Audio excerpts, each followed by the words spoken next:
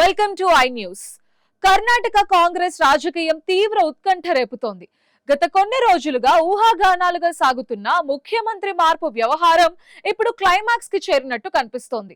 ప్రస్తుత ముఖ్యమంత్రి సిద్ధరామయ్య స్థానంలో ఉప ముఖ్యమంత్రి ట్రబుల్ షూటర్ డీకే శివకుమార్ కి కర్ణాటక పగ్గాలు అప్పగించేందుకు కాంగ్రెస్ అధిష్టానం దాదాపు గ్రీన్ సిగ్నల్ ఇచ్చినట్టు విశ్వసనీయ వర్గాల ద్వారా తెలుస్తోంది.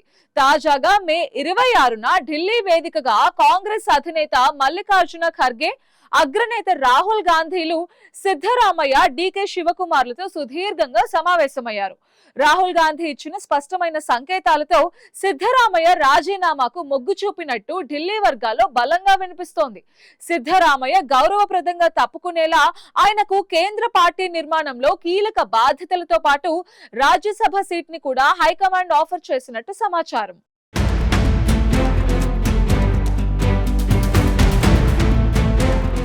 కర్ణాటక రాజకీయ సమీకరణాలు వేగంగా మారుతున్నాయి. మే 28 గురువారం ఉదయం ముఖ్యమంత్రి సిద్ధరామయ్య తన అధికారిక నివాసంలో అత్యవసరంగా కేబినెట్ సహచరులతో బ్రేక్ఫాస్ట్ మీటింగ్ ఏర్పాటు చేశారు. ఢిల్లీ పర్యటన ముగించుకుని డీకే శివకుమార్ కూడా ఈ సమావేశానికి హాజరవుతుండటంతో ఈ మీటింగ్ లోనే సిద్ధరామయ్య తన నిర్ణయాన్ని మంత్రులకు వివరించే అవకాశం ఉందని భావిస్తున్నారు. అయితే బయటకు మాత్రం కాంగ్రెస్ అగ్రనేతలు కేసీ వేణుగోపాల్, సుర్జేవాలాలో ఇదంతా కేవలం ఎమ్మెల్సీ ఎన్నికలు, కేబినెట్ పునర్వ్యవస్థీకరణ కోసమేనని, సీఎం మార్పు అనేది ఊహాగానమేనని కొట్టిపారేస్తున్నారు. ఈ సంక్షోభం వెనక అసలు కథ ఏమిటి? కర్ణాటకలో ఇప్పుడు జరుగుతున్న పొలిటికల్ హైడ్రామా వెనుక 3 ఏళ్ల క్రితం నాటి ఒక పాత ఒప్పందం ఉంది. 2.5 ఏళ్ల పవర్ షేరింగ్ ఫార్ములా.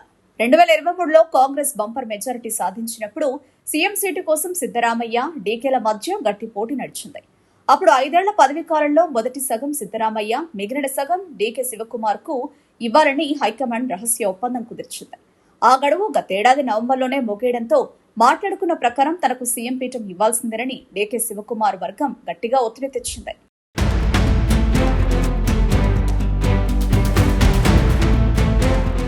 అహిందా సమీకరణం. సిద్ధరామయ్య బలం. సిద్ధరామయ్యను మార్చడం కాంగ్రెస్ కు అంత సులువు కాదు. ఎందుకంటే ఆయన వెనుక మైనారిటీలో, వెనుకబడిన తరగతిలో, దళితుల కలయిక అయిన అహిందా అనే బలమైన సామాజిక వర్గం ఉంది. సిద్ధరామయ్యను అకస్మాత్తుగా తొలగిస్తే ఈ భారీ ఓటు బ్యాంక్ ఎక్కడ దూరమవుతుందోనని హైకమాండ్ ఆచితూచి అడుగులు వేస్తోంది. High command balancing formula. ఎవరికి నష్టం లేకుండా ప్లాన్. పార్టీలో ఎలాంటి అసంతృప్తి రాకుండా ఉండేందుకు అధిష్టానం ఒక సరికొత్త సమతూక ఫార్ములాను తెరపైకి తెచ్చింది. హైకమాండ్ కొత్త ప్లాన్. కొత్త సీఎం డీకే శివకుమార్, 4 డిప్యూటీ సీఎంలు. అన్ని సామాజిక వర్గాలను సంతృప్తి పరచడానికి రాష్ట్రంలో ఈసారి 4 డిప్యూటీ సీఎంలను నియమించే అవకాశం ఉంది. సిద్ధరామయ్య వర్గానికి నష్టపరిహారం.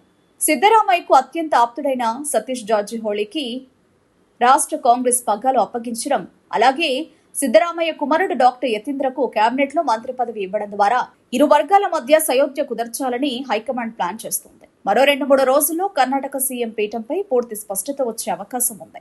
రేపటి కేబినెట్ బ్రేక్ఫాస్ట్ మీటింగ్ తర్వాత కర్ణాటక రాజకీయాల్లో ఎలాంటి భూకంపం రాబోతుందో చూడాలి.